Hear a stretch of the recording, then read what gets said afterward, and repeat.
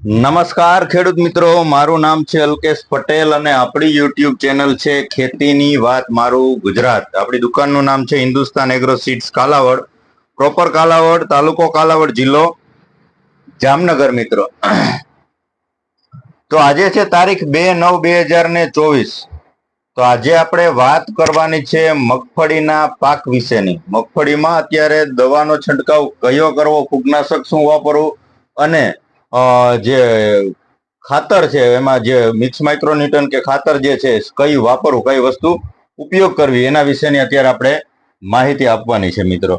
તો સર્વપ્રથમ તમામ ખેડૂત મિત્રોને વિનંતી છે કે આપણી ચેનલને સબસ્ક્રાઇબ કરો, હજી વધુ પડે એટલી શેર કરો, જેથી કરીને આપણા વિડીયો બીજા ખેડૂતો સુધી પહોંચે અને એને અવનવી માહિતી ક્યાંય ને ક્યાંય વિડીયો દ્વારા આપણે સાચું માર્ગદર્શન મળે અને એમને ક્યાંય ને ક્યાંય લાભ ફાયદો થાય એવા હેતુથી આપણે વિડીયો બનાવીએ છીએ મિત્રો. તો મગફળીનો પાક અત્યારે આમ જોવા જઈએ તો 60 દિવસ ઉપરનો લગભગ બધાને થઈ ગયો છે. 60 થી લગાડી અને 100 દિવસ સુધીની મગફળીનો પાક થવા આવ્યો છે મિત્રો.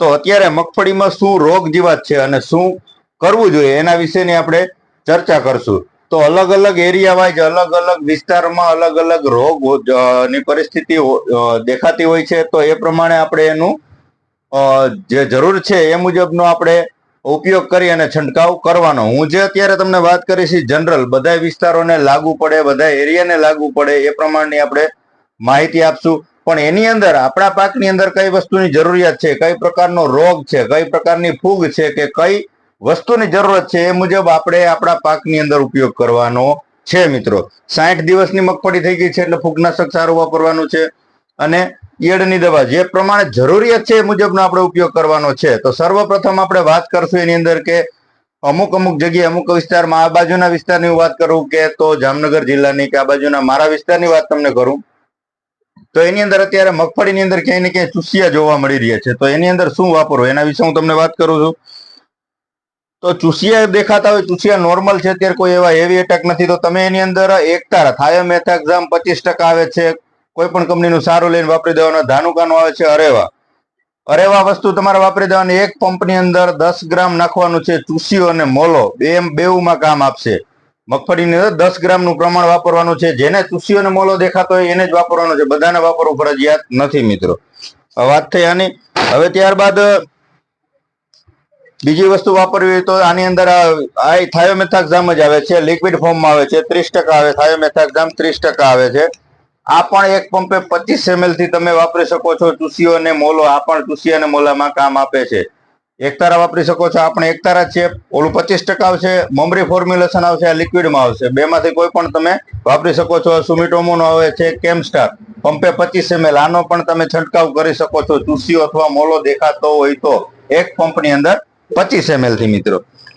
હવે વાત કરવાની છે આપણે કે મગફળીના પાકની અંદર ઈયળ દેખાતી હોય તો એના માટે શું કરવું. અને ઘણી જગ્યાએ ઈયળ અને કથીરી, થ્રિપ્સ અને કથીરીનો એટેક પણ ક્યાંય ને ક્યાંય જોવા મળી રહ્યો છે મગફળીમાં. એક આમ જોવા જઈએ તો ઘણા બધા મિત્રો એવું કહેતા હોય કે રાતળ અને જે કથીરીની વસ્તુ જે છે, કથીરીનું વધારે પ્રમાણ વધી જાય, જેના કારણે તમારે રાતળ ઘેરું આવવાની શક્યતા રહે છે. તો કથીરી આવે તો પાનમાં કઈ પ્રકારની અસર થાય? કથીરીમાં જે મગફળીના પાન હોય છે એ પાનની નીચેના ભાગમાં જે હોય છે એ કથીરીનું પ્રમાણ હોય છે. નીચેનું પાન, જે નીચેનો ભાગ હોય છે એકદમ લાલ થઈ જાય છે અને પાન જે હોય છે એ આકાશની તરફ આમ વળે છે. એટલે સમજી લેવાનું કે આપણી મગફળીની અંદર કથીરી છે. બાકી ચૂસિયો પ્રકાર હોય તો મગફળીનું પાન જે છે એ જમીનની સાઈડ આમ વળતું હોય છે. આમ આકાશની સાઈડ જો આપણું મગફળીનું પાન વળતું હોય તો નીચે તમારા પાનની અંદર ક્યાંય ને ક્યાંય કથીરી છે, તો એ તમે ફૂગનાશક વાપરશો તો એનાથી કંટ્રોલ થશે નહીં.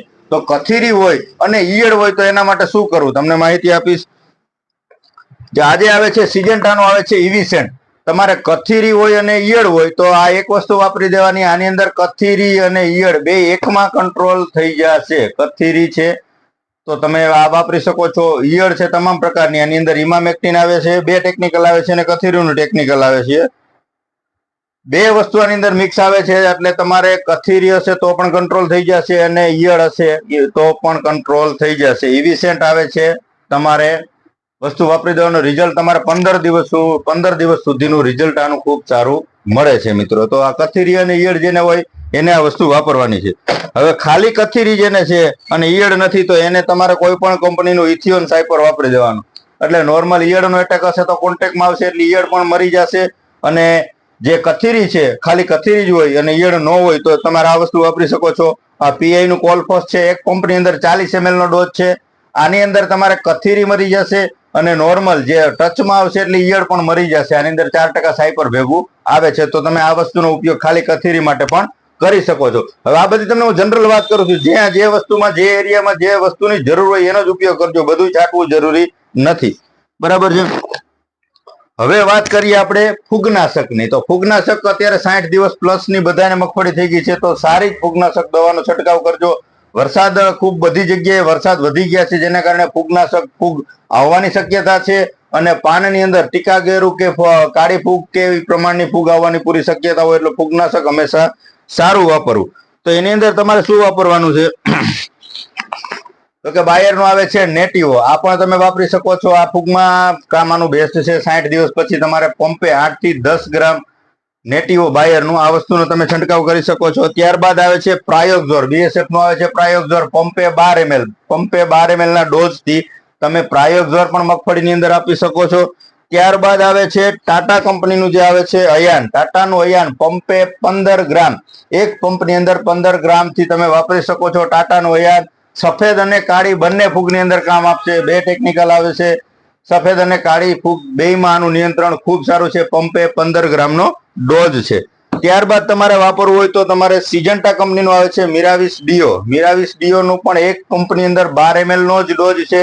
એક પંપે તમારે 12 ml વાપરી અને છંટકાવ કરી દેવાનો છે. આના રિઝલ્ટ પણ સફેદ અને કાળી બંને ફૂગમાં સારામાં સારું ટેકનિકલ છે. નવી વસ્તુ છે. સિજન્ટા કંપનીનું છે. રિઝલ્ટ ખૂબ આના સારા છે.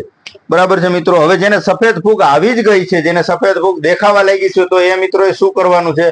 સફેદ ફૂગ જેને આવી ગઈ હોય એને સુમિટોમો નો આવે છે કેવીએટ. સુમિટોમો નો આવે છે કેવીએટ. એક પંપની અંદર 30 ગ્રામ નાખી અને સાથે સ્ટીકર તો તમે આ કોઈ પણ દવા છાંટો તો તમારે સ્ટીકર ફરજિયાત વાપરવાનું છે. આની સાથે ખાસ તમારે સ્ટીકર 5 ml વાપરી અને સફેદ ફૂગ આવી ગઈ હોય તમારે દેખાતી જ હોય પાકની અંદર મગફળીની અંદર તો તમારે કેવીએટ છે અથવા કોર્ટેવાનું એક આવે છે કેરાથિયન ગોલ્ડ. આ બંનેમાંથી કોઈ પણ બે વસ્તુ સારી જ આવે છે. કેવીએટના રિઝલ્ટ પણ સારા મળશે. એક પંપની અંદર 30 ગ્રામ રિઝલ્ટ બેસ્ટ આવશે. તમારે સફેદ ફૂગ આવી ગઈ હશે તો 4 કે 5 દિવસની અંદરમાં કાળી થઈ અને નીચે ખરી જશે. તો તમારે ફૂગનાશકમાં પણ આનો છંટકાવ કરી શકો છો. ઈયળનો એટેક વધી ગયો હોય તો ક્યાંય ને ક્યાંય તમે કોરાજન વાપરી શકો છો. હવે પ્રોક્લમ કે એવી નોર્મલ વસ્તુથી ખાસ એવા રિઝલ્ટ મળે નહીં કેમ કે ગ્રોથ મગફળીનો એક પણ ખૂબ જ વધી ગયો એના કારણે આખા જે છોડની અંદર વ્યવસ્થિત રીતે પ્રસરી શકે નહીં એના માટે તમારે કોરાજન 5 ml થી વાપરી દેવાનું. રિઝલ્ટ તમારે ઈયળનો એટેક જો વધારે હોય તો રિઝલ્ટ એનું બેસ્ટ મળી જશે. હવે બીજી વાત કરીએ તો એની અંદર મગફળીના પાકને રોકવાની જરૂર હોય. ઘણા બધા મિત્રોને ગ્રોથ વધી ગયો છે તો એને રોકવી હોય તો તમે એની અંદર કલ્ટાર વાપરી શકો છો.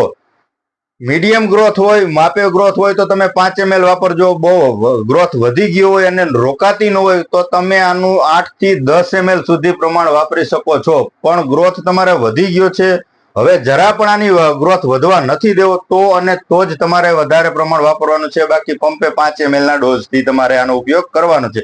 5 થી વધારે ml વાપરવાનું નથી. હેવી ગ્રોથ વધી ગયો હોય ને રોકાતી જ ન હોય તો જ આનું પ્રમાણ વધારવાનું છે. બીજી કોઈ દવા વાપરવાની જરૂર નથી. સિજન્ટાનું કલ્ટાર 5 ml વાપરી દેવાનું છે. હવે જે મિત્રોને 60-70 દિવસની મગફળી થઈ ગઈ છે, ઝીણી મગફળી થઈ છે, ઝીણી જે વાવેતર છે 24 નંબર છે, 38 નંબર છે, 37 નંબર છે, 39 છે, આવી જેને વાવેતર કર્યું છે એ લોકોએ અત્યારે પોટાશનો ઉપયોગ કરી દેવો જરૂરી છે. 0050 વનિતાનું આવે છે. ઘણી બધી કંપનીના પોટાશ આવે છે. 0050 પોટાશ વાપરી દેવાનું. રિઝલ્ટ ખૂબ બેસ્ટ આવશે. પોટાશનો છંટકાવ તમારે 2 કરવાના છે 15 દિવસના ગાળે. મગફળી તમે જે જાત વાવી હોય એ મગફળીને ઉપડવાને 1 મહિનાની વાર હોય. તમારી ગણતરી એવી રીતે કરી લેવાની છે કે તમે ઝીણી મગફળી વાવી છે તો તમારે 70 દિવસ થયા છે તો હવે તમારે એ 100 દિવસમાં મગફળી પાકી જતી હોય છે. તો 100 દિવસનો જે 1 મહિનાનો ગાળો છે, 1 મહિનાના ગાળામાં તમારે 2 છંટકાવ 0050 ના કરી દેવાના.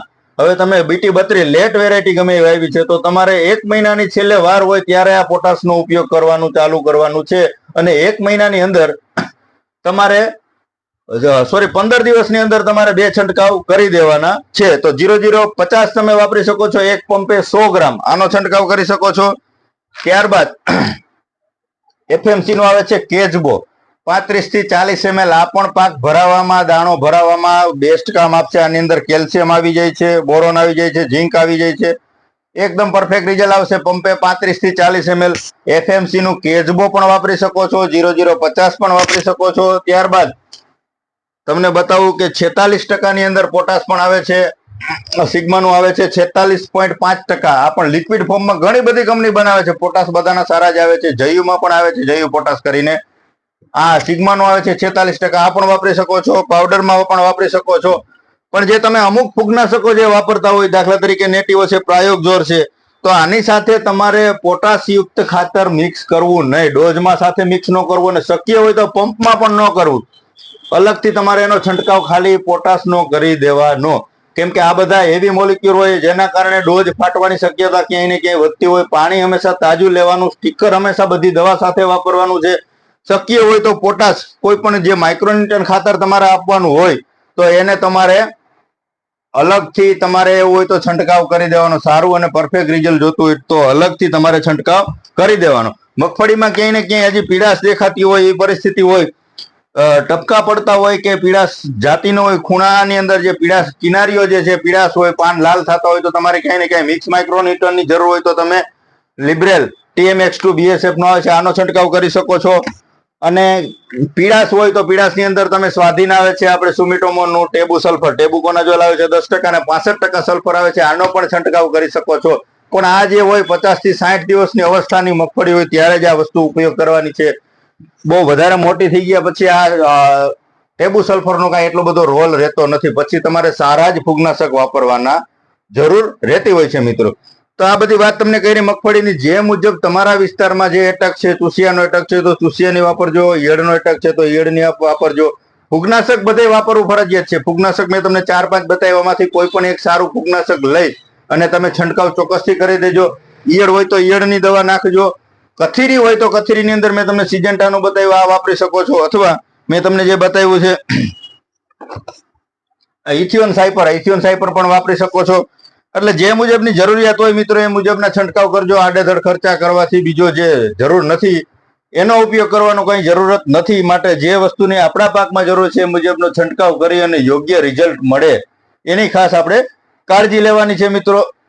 વરસાદ તો હજી આગાહી છે જ, પણ મગફળી અને સોયાબીનના પાકમાં ક્યાંય ને ક્યાંય હજી નુકસાની આ વરસાદની થઈ નથી. બાકી કપાસ છે, મરચી છે, શાકભાજી છે કે ડુંગળી છે, બધા પાકને, એરંડા છે, તુવેર છે, તમામ પાકને પુષ્કળ પ્રમાણમાં નુકસાની થઈ છે. એના આગળ આપણે જોઈએ કઈ પ્રકારની એમાં પરિસ્થિતિ છે એ મુજબના વિડીયો દ્વારા માહિતી ચોક્કસથી આપશું. અત્યારે મગફળી અને સોયાબીન બંને પાકમાં ટ્રીટમેન્ટ કરવાનો યોગ્ય સમય છે. તો સોયાબીનમાં પણ ક્યાંય ને ક્યાંય જરૂરિયાત હોય એ મુજબ ઈયળની અને કોઈ સારું ફૂગનાશકનો છંટકાવ એની અંદર પણ કરી દેવો ખૂબ જરૂરી હોય છે મિત્રો. તો અત્યારે બસ આટલું જ છે મગફળી વિશે. હવે આવતા વિડીયોની અંદર આપણે કપાસ અથવા ડુંગળી કે મરચી કોઈ પણ પાક વિશે યોગ્ય માહિતી આપશો. આપણા વિડીયોને શેર કરજો, લાઈક કરજો, સબસ્ક્રાઇબ કરજો મિત્રો. ક્યાંય પણ તમને જરૂર લાગીને તમે મને ફોન કરીને પણ તમે કોઈ પણ તમારો સવાલ હોય મેસેજ કરીને પણ પૂછી શકો છો, અને ફોન દ્વારા પણ તમે ચોક્કસથી માહિતી મેળવી શકો છો મિત્રો. રજા આપશો. જય જવાન, જય કિસાન.